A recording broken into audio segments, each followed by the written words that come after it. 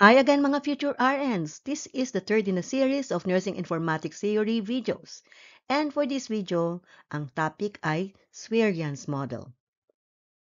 Patricia Swerian in 1986 proposed a model that aimed to guide systematic research in nursing informatics through identification of significant information that can foster research. Bakit niya ginawa ito? Because she perceived that there was too little research done on nursing informatics, which is true. Even up to the present, medyo napapabayaan ang nursing informatics when it comes to researches. Di lalo na nung panahon niya. Her idea was that researchers can use this model as a framework for their research. So, research-based ang kanyang purpose. Yung kanyang model, na tinatawag din na NI model or Nursing Informatics Model or pyramid, is represented by this triangle. Kaya nga, pyramid eh. At the bottom, raw materials, tapos ang susunod na level ay technology, tapos users, and at the top ay goal. Tingnan natin isa-isa itong mga components na to. Sa raw materials, any nursing-related information, kahit na ano, basta related sa nursing, papasayan. Technology is a computing system. So, kasama na dyan ang hardware, saka software. Users could be nurses or nursing students kasi tungkol nga ito sa nursing eh. And the goal is the end to which the three previous elements are directed. So, pwedeng quality patient care, pwedeng related sa nursing education, pwedeng related sa nursing research. So, iba-iba yung mga pwedeng maging goals. Kaya, doon nakafocus yung tatlong previous na elements. Let's see another characteristic of the nursing informatics pyramid. Aside from the four components, ano pa nakikita ninyo? Di ba? Merong mga arrows. And we can see that the arrows are bidirectional. Naka-point sa taas, naka-point din sa baba. Anong ibig sabihin? Hindi lang isang direksyon ng pupuntahan ng mga components. Hindi kailangan na magsimula ka sa baba at paakyat ka sa taas at hindi ka na makakabalik. In fact, pwede ka magpabalik-balik. And in fact, you can even start anywhere. Like for instance, ayaw mo mag-start sa raw materials, gusto mo agad mag-start sa goal. So imaginein mo, ano ba yung goal na gusto ko ma-achieve? O gusto ko patient care na quality. So anong dapat kong i-consider para maabot ko yung goal na yon?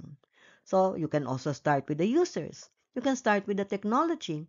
You can start with the raw materials and you can move back and forth. Ganon ka-flexible ang nursing informatics pyramid. Madalas kasi kino-compare ito sa Maslow's hierarchy of needs. Pero kakaiba ito kasi sa Maslow's hierarchy of needs talagang nagsisimula ka sa bottom, kailangan ma-satisfy yung nandun sa bottom na needs bago ka makakapunta doon sa taas, di ba? Pero ito, hindi kailangan kasi very flexible nga eh. Para mas maintindihan, tingnan natin ang mga examples. Actually, itong model na to pwedeng magamit sa iba-ibang areas. Pwede sa nursing research, nursing practice, nursing education.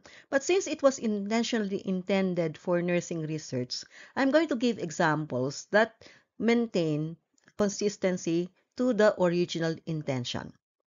Okay? Kailan mo pwedeng gamitin itong model na to? You may use the model to search for areas or topics on nursing informatics in which research can be done.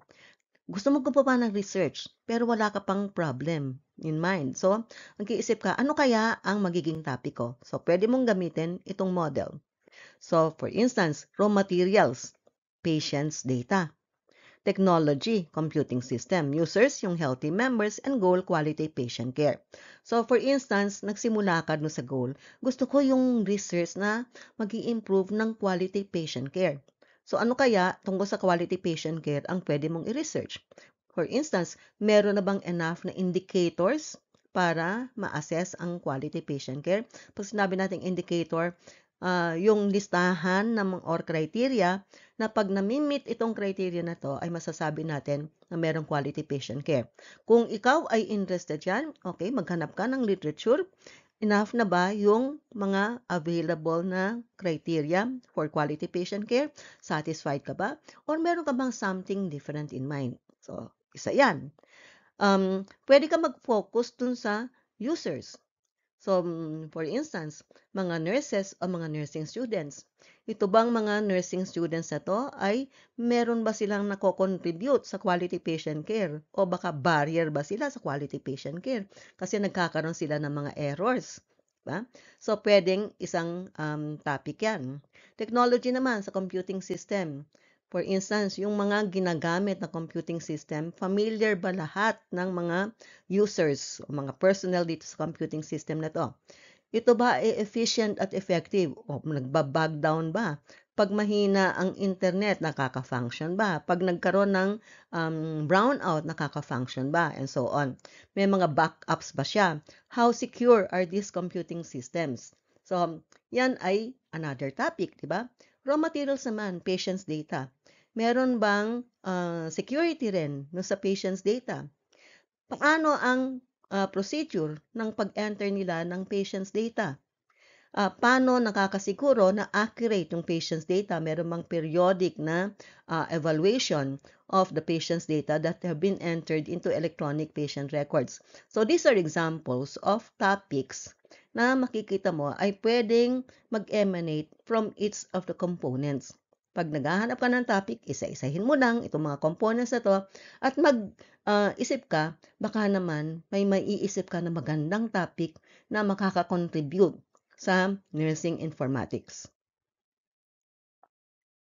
Another example, pwede mo namang gamiting framework yung model ni Sveryan.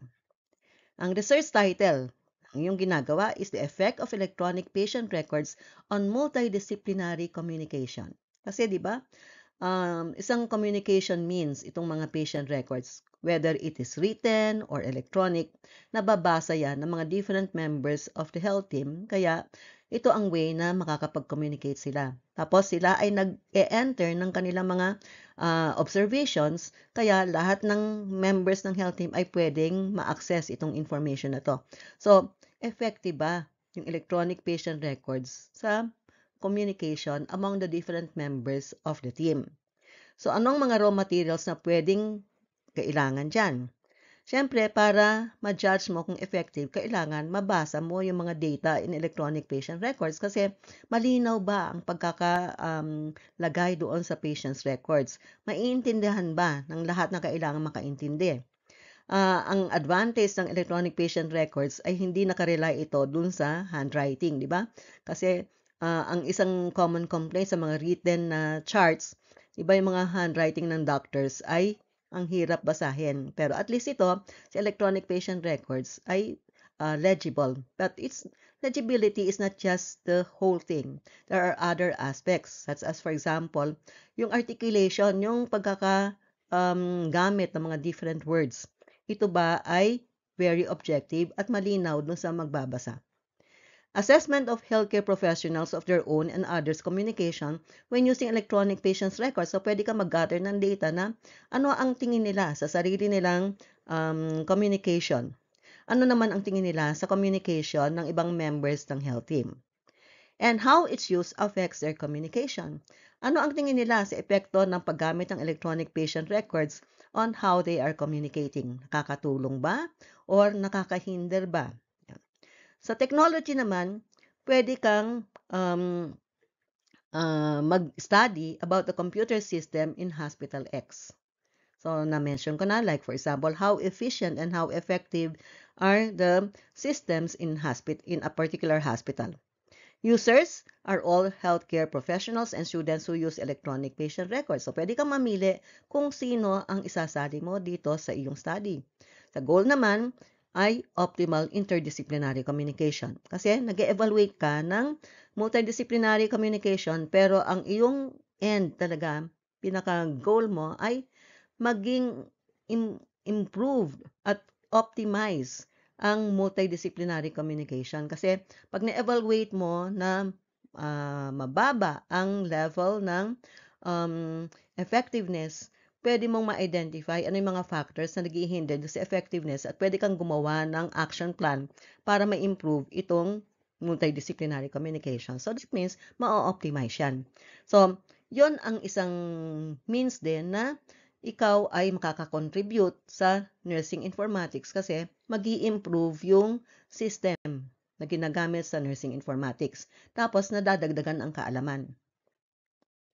Another example, ang research title mo naman is The Efficiency of Electronic Patient Records in Community Health Nursing. Usually kasi nakafocus ang electronic patient records sa hospitals. Pero let us assume na gusto mong malaman na efficient pa. Kasi let us say na merong areas na ang ginagamit na electronic patient records kahit nasa community. So, ang raw materials mo are data and electronic patient records, yung ginagamit sa community, tapos data on procedure related to electronic patient records and time and energy spent on their use. Bakit mo kailangan i-gather itong data na to? Kasi ang topic mo is about efficiency. Efficient ba in terms of time? Efficient ba in terms of effort and energy?